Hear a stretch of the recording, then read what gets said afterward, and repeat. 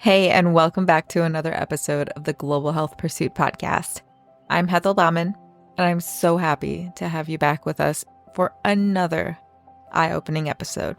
This will be the last episode of Season 2, so make sure you're subscribed to the podcast for more information on when the next season will launch. Next week, I'll be sharing a quick little solo episode to summarize all of the amazing things that have happened this season and to say a proper thank you to all of you. Season 3 is already in the works, and I'm planning on launching it in January, so stay tuned. But for today, we're diving into a topic that often gets swept under the rug, but is crucial for gender equality and social justice. That topic is menstrual health. Ever think about how understanding the menstrual cycle could change the way we see gender equality? You're not alone. For this episode, we're joined by the amazing Danielle Keiser, a top educator in menstrual health, who will be taking us through her incredible journey and how cultural shifts have shaped her perspective and driven her mission. Danielle has got some exciting news. It's a project that's sure to make waves, a menstrual health app that's focused on educating men. Interesting, right? Why is this important? And the reason is that understanding menstruation isn't just a women's issue. Everyone stands to benefit. So if you like what you hear today, do me a solid, subscribe, drop a 5-star review, and share this episode with your dad, your partner, all of the men in your life. I also want to mention that this episode is proudly supported by Sparkle. The mission at Sparkle is to offer healthy, sustainable, and innovative period products made from the highest quality ingredients to care for you and the planet. To learn more about Sparkle, visit them on the web at getsparkle.life. More about them later.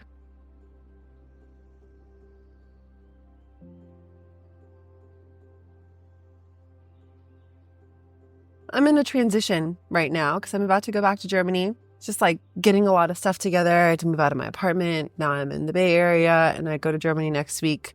There's a lot of floating parts. I'm looking forward to settling back there and also feeling very sad about leaving the US. I've spent so much time here and had such a wonderful time. It's always harder to go and be far away from home the older you get. Yeah. Well, I'm excited to finally get to chat with you about this. Yeah, me too. I've been looking forward to this conversation and talking to you for a really long time, especially because we have such a vibe together around periods and social justice. And so I'm really excited to unpack and learn more about you, our commonalities, and the ways we want to change the world from our little seats. From our little space, my little chair in the little corner of my little room. Yeah. I've been excited about this conversation. I think today it was interesting because I use a period tracker app, Clue. I'm not paying for the full subscription, but I just track when my periods are and all that. It pertains so well to this episode because I screenshot the little, there's like, the circle with like, here's where your period is, here's when your ovulation is, and then this is the number of days till your next period. I screenshot it and sent it to my husband. I'm like, I'm in the luteal phase right now. And he goes, what does that mean? Yeah, there's a basic education that would be so valuable for both the people who menstruate to have because it's can be life-changing, but then also for the people in our lives who don't have menstrual cycles and really could benefit to understand that we have this really magical, should we choose to go in that direction, rhythm and compass that really makes a huge difference on how we show up in the world. Actually, Flow has a partners feature in their app, so you can share it with your partner and they get to see everything. Oh, that's so cool. You wouldn't necessarily have to screenshot if you wanted to have that feature. I'm definitely going to look into that. The only downside to that feature is it doesn't tell your partner which day you're on. It says 14 days until the next period or 5 days to the next period instead of saying day 26 or day 25, which I find to be more helpful when I know the number moving forward, not the anticipation of. It helps me situate myself into the whole cycle because I know what a day 6, 16, 26, which phases those roughly fit into, as opposed to, the other way around. I feel a little chaotic right now, if you can tell. Which day are you in your luteal phase? Maybe that's a good place to start. I believe I'm in my 23rd day. Okay, so you're because the your cycle period soon. starts the first day of menstruation, right? Correct. Okay. Mhm. See, these are things that I don't fully understand, which is so awesome to talk to you about. And I have been diving deeper just since meeting you. It's like, you know what? I need to understand this a little bit more and then hopefully get my hubby to understand. Yeah, and once you start to learn a little bit, you lift up the carpet and you realize there's a whole universe underneath there Mhm. because there's this aspect of just understanding where you're at with the phases. But then once you learn about hormones and gut health and all the ways that they're so connected to your menstrual cycle, your mind gets really blown. And as someone who's been working in this space for 11 years, I'm still learning things all the time from people I meet, from books that I read. It's just this like very generous field of health that we Yeah. are starting to look into. Lots of things get put into mental health as well, hormone disorders and endocrine things connected to like thyroid disorders, also very connected to menstrual health. And so it's almost like there's not a lot of boundaries to menstrual health because it is such an omnipresent experience. Menstruation sure is a sign. This is the thing that we can see and feel, but there's a whole cycle that precedes menstruation that's really rich with lots of learnings. Ovulation is maybe the more important event. People only when they're wanting to, conceive. Think about. But ovulation is actually the real star of the show. Menstruation just gets all the attention because it's bloody and we can see it. Can't really see ovulation so clearly. You can in certain subtle signs, but you have to kind of go deep inside to see that. I know. There's just so much to this. And I mean, I think in this episode, we're just going to be scratching the surface. You alluded to how you've had several years of experience in this space. My big question to you is, how did this space find you? It's such a niche space, right? For somebody to say, I'm a menstrual health educator. It's like, you got to wonder, where does the path lead?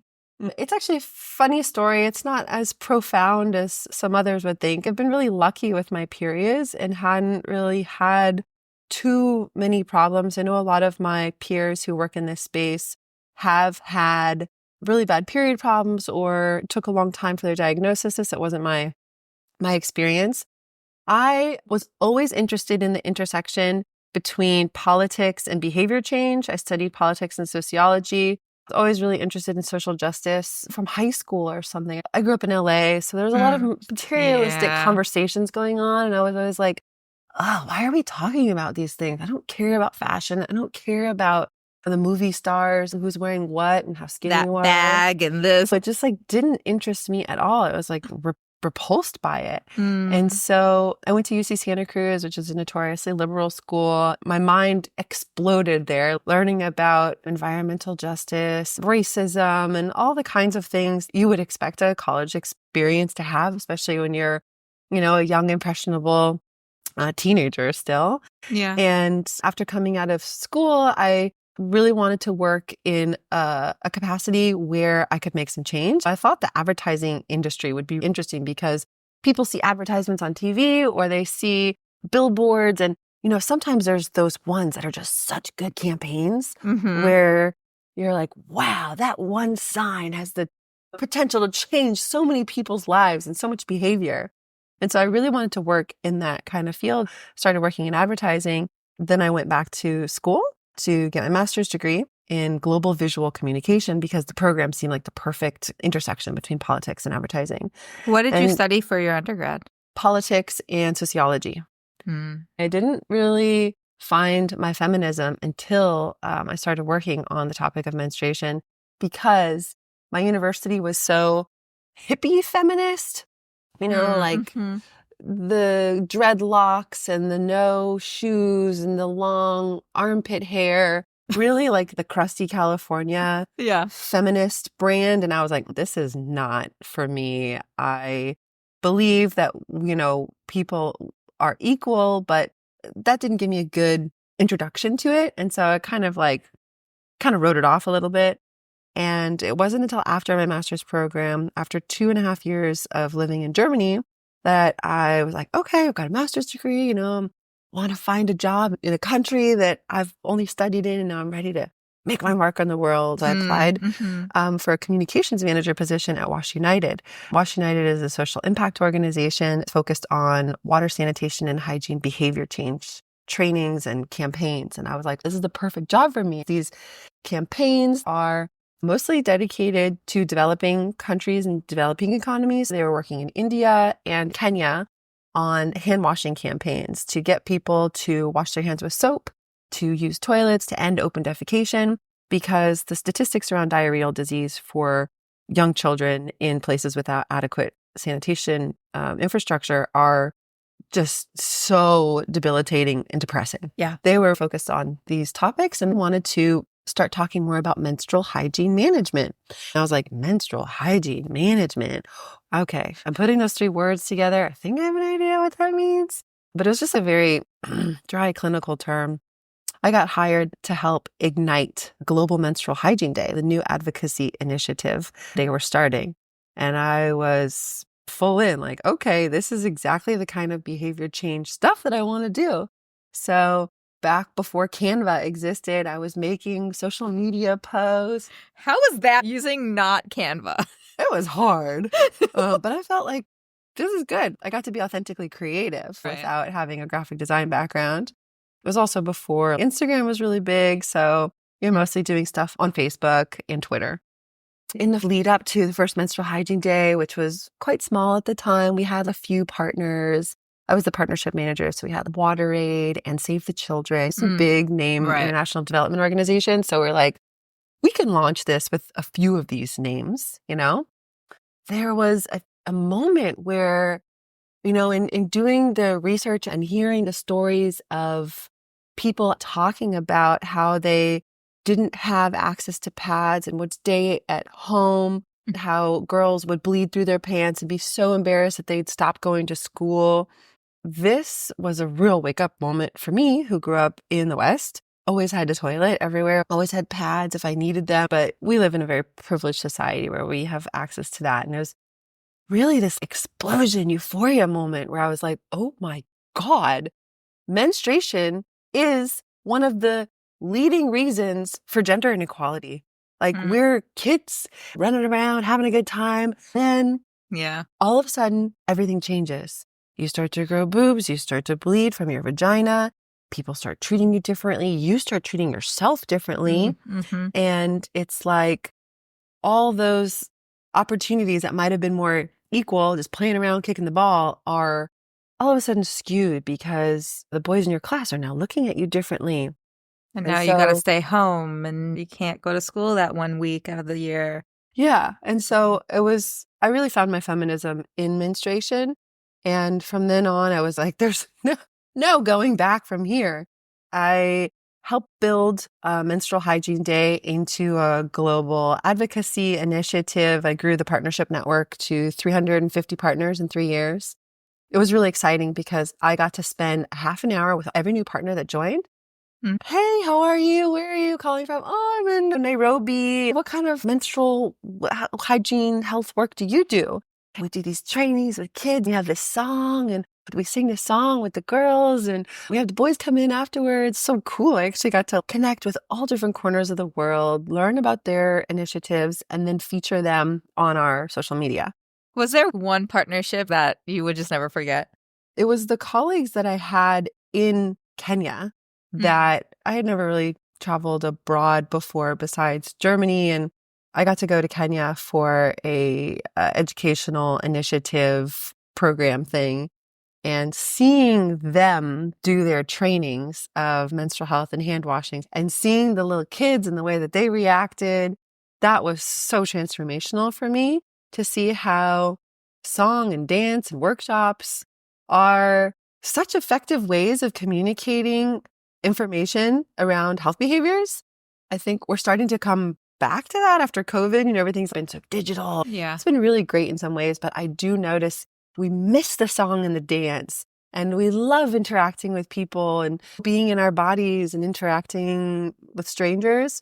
So I think it's seeing that, like, yes, menstrual health education there's so many different formats in which it can happen, but the best is really person to person, creating and holding that space of trust, enabling questions to come up, and holding space for that fear too, because there's so much fear, misinformation, stigma, taboo, and being able to really hold that first because it's real that people are feeling, and then be able to push it back with evidence-based information or playful, fun ways to understand something and kind of create a little mini transformation in their mind. Oh, I thought it was like this, and I thought I was impure. Like, no, you're not impure at all. You're actually a magical human, I Love love that. And that makes a huge difference in the life of a little person who's still figuring everything out. Their bodies are growing. You never know what's going on in their social or family context. And so if you can just kind of make this part a little easier for them, Right. the way in which menstrual health has the opportunity to act like a Trojan horse to the rest of the things that will happen in someone's life. The other points, whether it's sexual debut, body confidence, or birth control and choosing whether or not to use anything, all of those things are going to be made an easier, better experience when you actually understand what the menstrual cycle is and what's going on in your body, right? But if you don't have that first step, if you don't have that basic information, then all those other things are kind of confusing and you don't really understand. Why am I feeling like this? Why is this Yeah. happening? For all those reasons and more, that's why I am a menstrual health educator, because it's such a generous space in so many ways. The information keeps growing and it affects so many different aspects of our lives.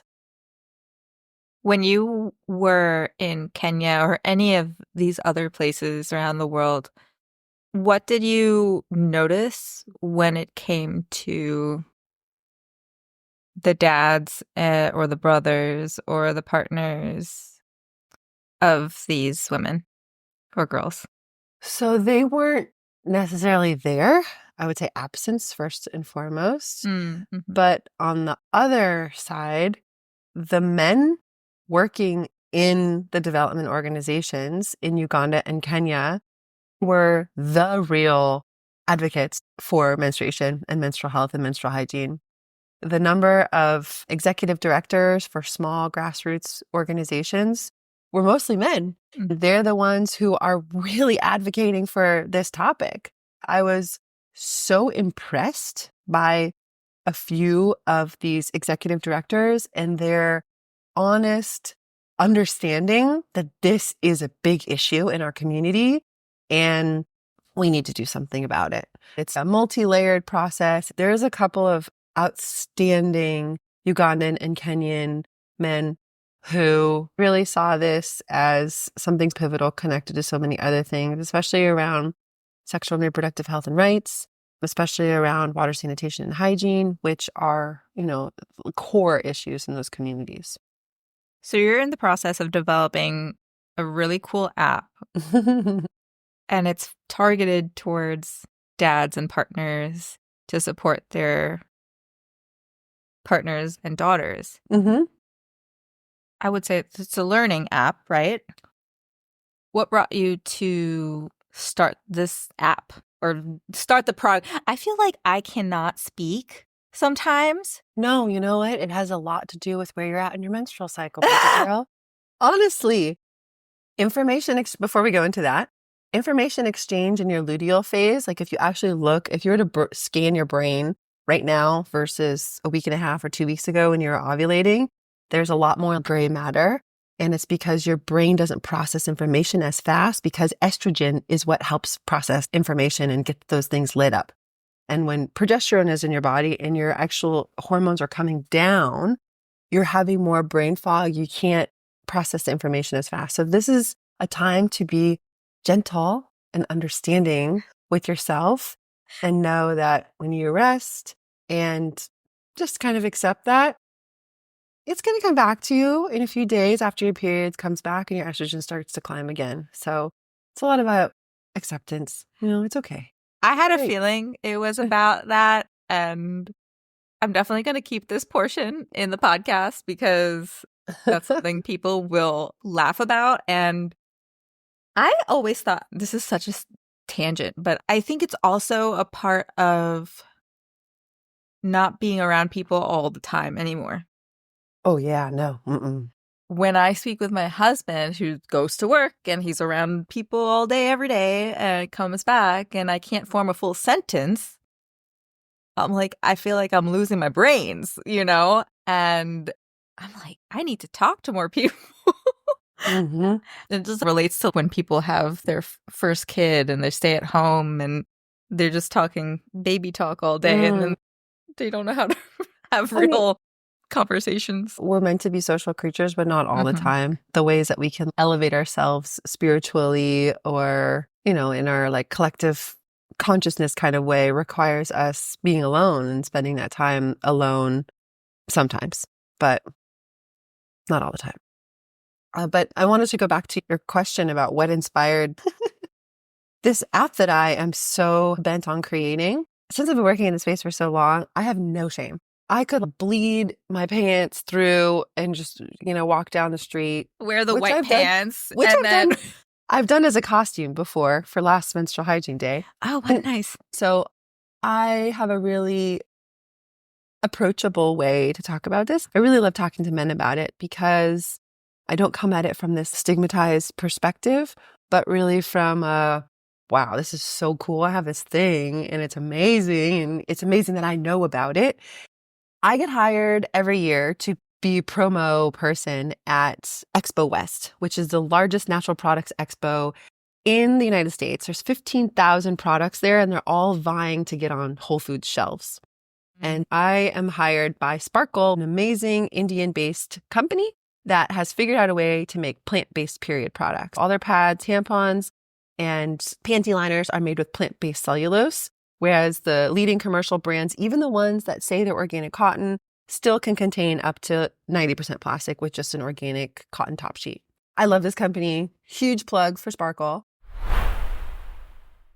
So since we're already talking about Sparkle, I wanted to take a little bit of an extra mini break to highlight them as the sponsor for today's episode. Sparkle Pads is an innovative menstrual care company on a mission to make periods healthier, more comfortable, and more sustainable.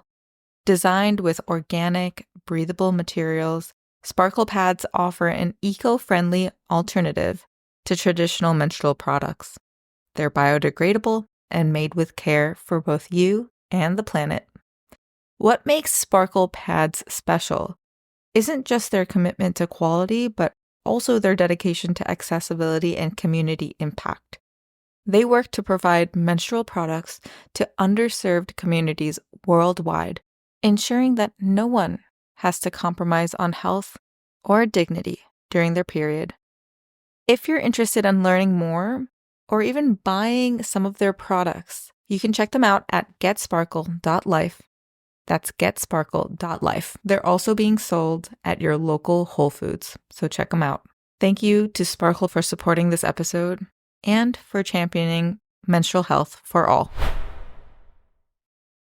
So I have this like uterus costume that I'll put on and kind of like dance around. You need to send me a photo of this. That's what I should have sent you. This is good content. I have pictures of that. So like wear this uterus costume and kind of like attract people to come to our booth so we can talk about what we're offering. And I'll see a man walking by and I'll like look at him and be like, hey, what's up? And he looks at me like, who the heck are you? And I'm like, come here, motion him, come over. And he has a name tag on because we're at a trade show. Mhm. Hey, Mike, how you doing? It's so good to see you again. And he's like, do we know each other? I was like, yeah. Hello, you don't recognize me? You lived here for 9 months Oh my God. before you came out into this world. Do you remember how many years ago was that? 43, almost 44 years ago. It was a long time, huh? And he's like, ha, ha, ha, ha, ha. That's funny. Okay, what are you selling? And I'm Oh like, gosh. so he's like, you got my attention. I realized in some of these conversations, because I have a tattoo on my arm of the menstrual cycle, Mm. that I just kind of like am able to, in a really short amount of time, give them really important information about what the menstrual cycle is, that there's 4 phases, that there's 2 main hormones, and that there's 2 main events. And that it's really distinct, these different parts of the menstrual cycle. And it's not just all the same thing, and it's not just periods and blood. And some of them are so grateful for this quick exchange that we've had. They really feel like their minds are blown. They have elevated their understanding of female health, are more empathetic and understanding towards their partner, and can walk away with new knowledge to practice. I got inspired from such positive feedback from my interactions with those men that I was like, I should just create an app that enables men to get this basic information. I have been feeling this in my body to create this. When I was grounding down in my menstrual phase a few months ago, I was meditating, this overwhelming feeling came from my womb, which is the place of creation. This is where we actually make our babies, right? This is where we seed our ideas and all of our creative projects. That's where they come from, this core place in our bodies. I'm so glad that you connected that to conception, because if you hadn't said that, I think a lot of people would have been like, oh, that's so woo-woo. But it is the place where things grow, literally and figuratively. And people that have like brilliant creative endeavors that really change the world, most of the time it's not necessarily coming from their brain. It's coming from this place in their body where it's almost like creator or something is like, this is what you have to do. This is, and you could listen to the calling, you could ignore the calling, or you could do whatever you want to do. I really feel like this is another stage of my calling in the menstrual health field, because I've spent so much time engaging women and girls already, and I will continue to do so. But we can't keep looking at this topic as a women's issue, because it's not.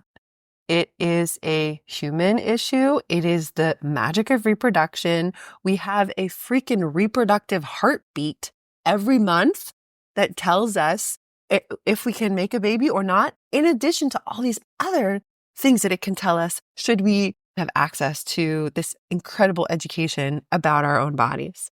I really feel that if men, boys, partners, dads had more access to this information, the world would be a better place. It'd be more kind, it'd be more empathetic, it would be more inclusive.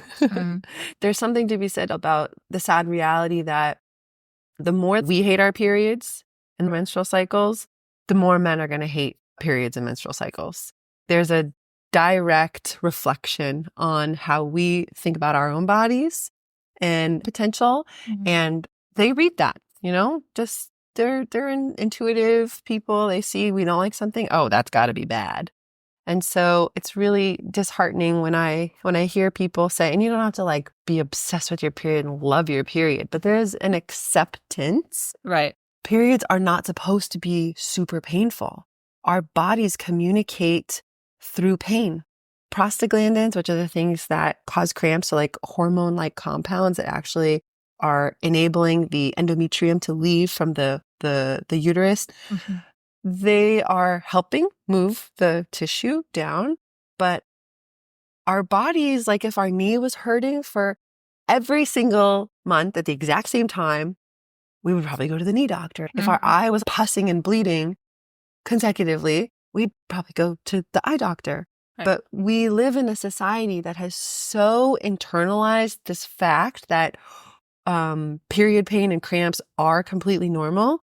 It's actually a sign of dysfunction in some way, because all pain is a sign of dysfunction. And it's a communicator to the body. Even when you work out a bunch afterwards, your body hurts a little bit because you're transitioning. Your body is like, ooh, that is good pain. It feels good, but it's communicating to you that your muscles are getting stronger. Having that kind of foundational understanding can empower dads to be advocates for their daughters in healthcare settings and understand, like, I learned through this app that I've been screwing around on that bleeding over 8 days is not normal and that's not a good sign. Or asking her how many pads she's going through. Oh, wow, she's going through like 6, 7 pads a day, when on day 4, it should be lightening up and maybe she shouldn't be bleeding through that many. Maybe there's something going on. And these are the kinds of conversations and interactions that I'm hoping something like this will be able to have, where a father feels more involved and more sound in understanding just basic human biology, and that we're different, but it's not impossible for us to learn about our differences, right? In the process of developing this app and doing your research, what have you heard from women? What type of feedback have you heard from them? Because in my mind, sometimes there's this stigma that you have to get over, right? For example, I'm okay saying in the house, I have my period, but anything more than that to my dad, it's a little bit weird for me, right? Hmm. So, Why is it weird for you? What are the feelings that emerge I from that think weirdness? growing up in an Indian household, having your period is a womanly thing, and you talk to your mom about it. Mm-hmm. Yeah. And she's the one that I would call. Yeah, that totally makes sense. But at the same time, it can be very traumatizing for a young girl to have always had the support of their father all growing up. They fall, dad picks them up, makes them feel better, picks them up from school, goes to all the soccer games, goes to the school plays. But then the period comes. I don't know anything about that. Go talk to your mother. That lack of support, when you've always felt like you could turn to your dad for anything, can create a major distance between that parent and their child unnecessarily. It's not like they need to, help insert the tampon or anything, which no one would Right. expect. But having a basic understanding and being there, having presence, I think is super important. I may not know everything, but I am here for you. I'm going to buy whatever you need, and we're going to learn about this together. I've already learned a little bit. Maybe we could talk a little bit about that. Are you experiencing any of this kind of pain? I heard there's great yoga posture maybe that you could try. Oh, Dad, no, I don't want to try That's so embarrassing. Yeah.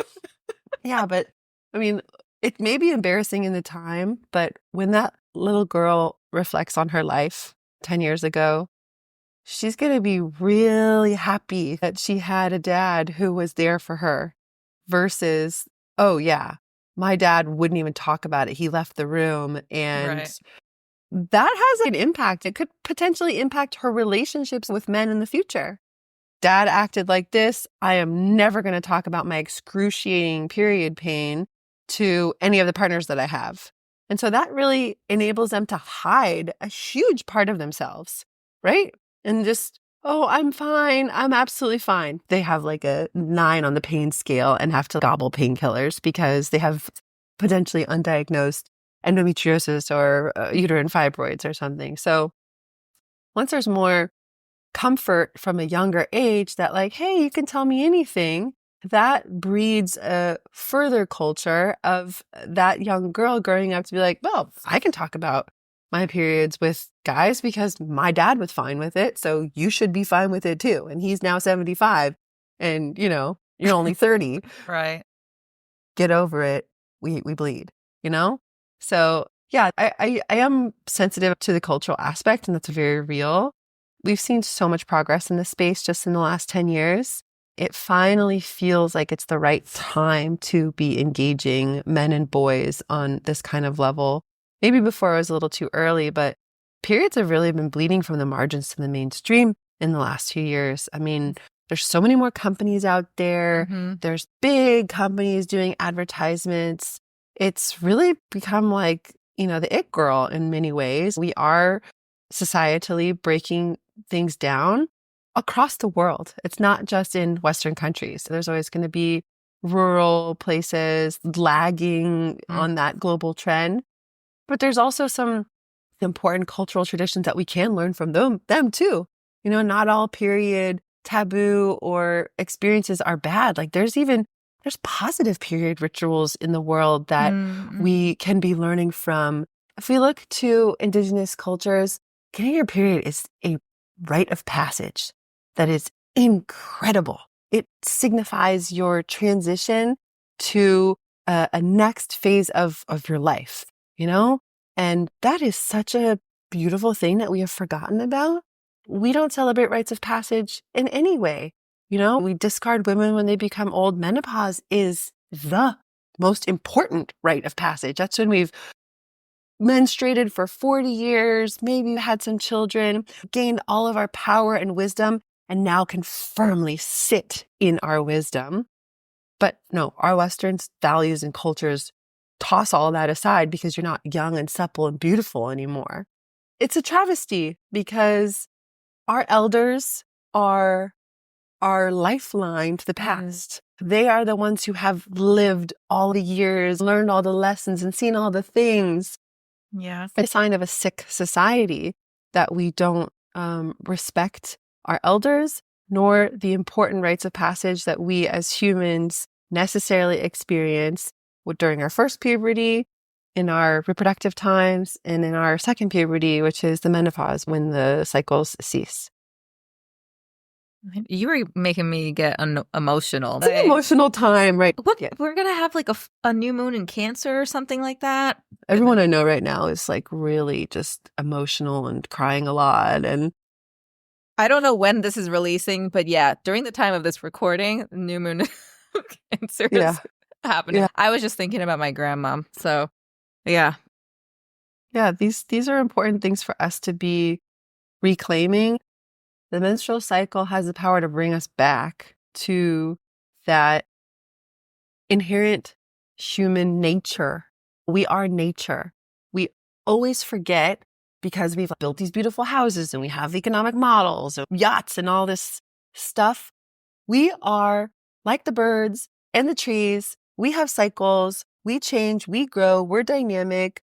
There's some times where we're, like full of energy and, radiating in this like summer-like way. And there's other times when we are deeply inward and we are not doing any of those things. Mm-hmm. And we live in a society that has kind of told us that it's always spring and summertime. Go, go, go, go, go, go, go.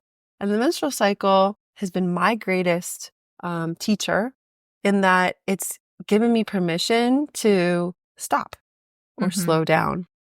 And I love that because that's how we sustain ourselves.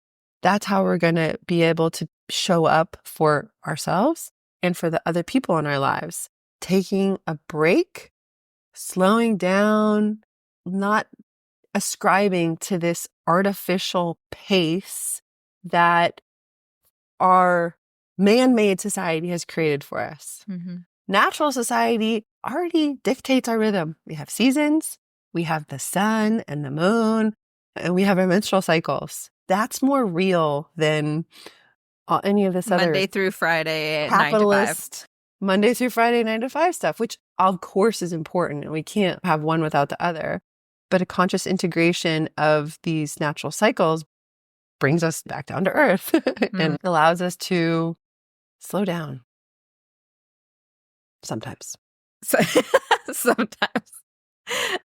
There was a quote that you mentioned when you shared about the app, and it's men aren't stupid, they're clueless. And in your Mm-hmm. research, when you ask them, hey, do you think you need to know a little bit more about the menstrual cycle? What responses have you gotten? It's been really interesting. I interviewed 30 men, or I sent the survey out to 30 men, and a lot of them thought they were great men for taking this survey. It's really important to note that Oh within boy. this topic of menstrual health education, there is a bit of a chip on men's shoulders for even engaging in this in the first place. And thinking, oh, because I'm taking a survey, I'm not like most men. I'm willing to sit down and help a friend out and do this for 20 minutes. I'm really interested in this because I want my daughter to be happy and I want to be supportive. I don't want my wife to carry all the burdens and responsibilities for having to do more than she already has to. And so I find that there's like a bit of an ego problem that I will have to work with in creating this app. That's why I want to work with men. I don't really want to work with women because I've got the content and the information. I need Yeah. it translated by excellent male copywriters and men that can really speak to Well, other you men. called it, I think you called it dude speak. Dude speak. Yeah. I need someone who can translate this to me or translate to them because yeah, they I don't know, they have this inflated sense of importance and that they're better than other men for even going this far as to learn or to take this survey. And when I asked them, would you like more information about menstrual health? There was a interesting divide. 66% said, yeah, I know some things, but I could learn a little bit more. 33% said, no, I'm good. I think I'm fine. And then I went on in the later part of the survey to ask them two basic questions about the menstrual cycle. Like, what are the two basic hormones? And what are the two main phases? Mm-hmm. Most of them couldn't answer either one of the questions. And so you have them being like, no, I'm fine. I don't need more information. Yet they can't answer basic information. So yeah, this is an interesting challenge because if they knew what those phases actually entailed and how it could help them to relate better to the women and the girls in their lives, it would make a huge difference. And a lot of them actually did have basic information. Some of them are really already informed, knowing that before the period, they're less likely to engage in intense arguments with their girlfriend because they know that they might be more sensitive then, and to maybe have a night out with the boys. They realize that their partner being alone is actually the best thing they can do. Instead of, what do you need? Can I collaborate? Can I give you this? Can I bring you that?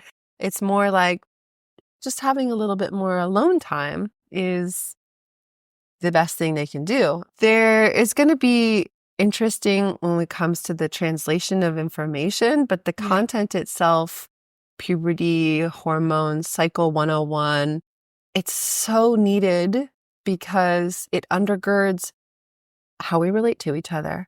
If we can relate to each other with more empathy and understanding, then we can have more harmony and happiness in our lives. Yeah, and then communication tips, that the app could give to your partner. Say this, don't say that. Say this, don't say that. And so, yeah, I think a lot of them are really interested in tips, like how to be a more supportive dad, how to be a more supportive partner. So also the dads are really interested in nutrition for growing girls. I think that's severely underestimated and underlooked at in general when we're talking about hormonal health.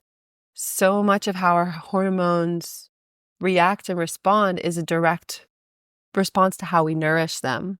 And if we're nourishing them with processed foods and lots of sugars, then they're not able to do their amazing thing, which is create this, wave throughout the month of increase of estrogen in the first half, really getting us towards a ripe ovulatory state where we could possibly conceive, and then dipping and having progesterone rise in the second half, which is more of a calming hormone. It's really about more introspection, just taking it down a few notches. And that's very much like the strengths of estrogen and the strengths of progesterone very much reflect the day and the night, or the polar opposites of Lizzo energy versus Billie Eilish energy, which is very... I love this comparison. This actually comes from Tara Ghosh, who's an amazing menstrual health educator in the UK. So cool. I'll have to give her credit for it. Once people kind of like, oh, that makes sense. Like you wouldn't have the daytime all the time. Right. And that's kind of like the world that we're living in, is that it's daytime all the time. And we're like, hello, no, we have the night. No, we have the luteal phase. This is actually our call to rest. And rest can be so productive. If you actually really can calm the nervous system, find your chill, get that parasympathetic activation, then your next cycle is going to be so much better. And your cycle after that is going to be so much better because you listened to your body when it needed chill. Which so much of us don't do that, Right, but then the body reacts to that. Period pain, extreme pushing of ourselves, not listening, having one more cup of coffee the days before our period, when our body is like, I'm ready to chill. Calm down. And then the coffee punches the progesterone in the face. Yeah, our bodies remember that. You didn't chill the last year and a half.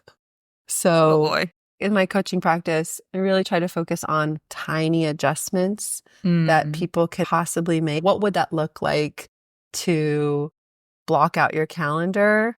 Whatever day of your menstrual cycle is really hard. You've already been tracking your cycles. Some people, it's the days leading up to it. Some people, it's day 1 or day 2.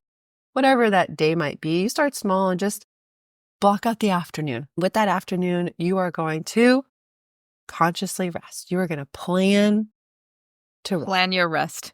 Plan your rest. Starting small, something like that can have huge rewards in the future. This is what the menstrual cycle continues to teach me, and it's what I want to continue to teach other people. We're heading to the beach this evening for the 4th and the weekend, and I think it's a perfect time to unplug. Yeah. Especially since I'm going into that phase. Yeah, go into that phase. Bring yourself a good book. Bring your sleeping mask and earplugs so that you can really take good care of your rest. Sleep hygiene is really underestimated as well. Making sure that you have, the things you need to block out the light and block out the sound is also super important for self-care and taking care of yourself, essentially. Your body just asks you, can you take care of me at this time? I'm literally bleeding. Just take care of me. And then you're like, no, I'm going to power through and do all these things. Okay. I'll just be here then, bleeding. I'll be here. It's going to hurt. Yeah. Thank you so much for coming on to the podcast. This has been there's so much more we can talk about. How can people find you if they want to work with you? Yeah, so I have a website called danny-health.com, and I am going to be launching my coaching practice towards the end of the year. I'll be working with clients one-on-one, either in 12-week programs, or I am working on developing a course right now that people can take that's at a lesser price point. I also work with companies interested in menstrual health innovation and want to kind of understand all of the nuances, because I said there's just so much to understand. And so I really love being like the secondhand gal to companies in their innovations or their futures, trend forecasting departments, if they are wanting to create any kind of either menstrual products, period tracker, apps, anything around the cycle. You can find me on Instagram at DannyHealth. People can also email me. I love connecting with people. I have office hours as well if people want to talk. I have a lot of aspiring young people who want to get into the field that always ask me, what I should be plugging into. And I'm so generous with the connection I have because I want to share the Everything. resources I have. You know, I'm like, oh, you could get in touch with this person. Oh, you should talk to this person. You're creating that app. She's creating a similar app. Oh, you should definitely talk. And I'm always wanting to be like a Cupid. So you can consider me like a menstrual health Cupid as well. Yay. Hey, thank you so much. Yeah, it was such a pleasure. I'm really happy that we got the opportunity to talk about menstruation. Maybe if there's other questions that come in from this episode and other certain things that people want to. Oh, you know what would be cool? We could do a Q&A episode if anybody like reaches out. So if you do have any questions, please shoot them over because I think that would be really cool to have like a follow-up. Yeah, definitely. It's been such a pleasure. Thank you for hosting, Of and course. let me know if there's anything at all that I can do or follow up with this. Thank you for listening to this episode. If you'd like to learn more about today's topic and guest, head over to the show notes linked in the description of this episode. There, you can get access to resources, links, and ways you can get involved in the pursuit for global health. And if you loved this episode, don't forget to write me a review on Apple Podcasts and rate the podcast on Spotify. It helps me get in front of more people just like you and continues to elevate the causes we are so passionate about. I'll see you in the next one.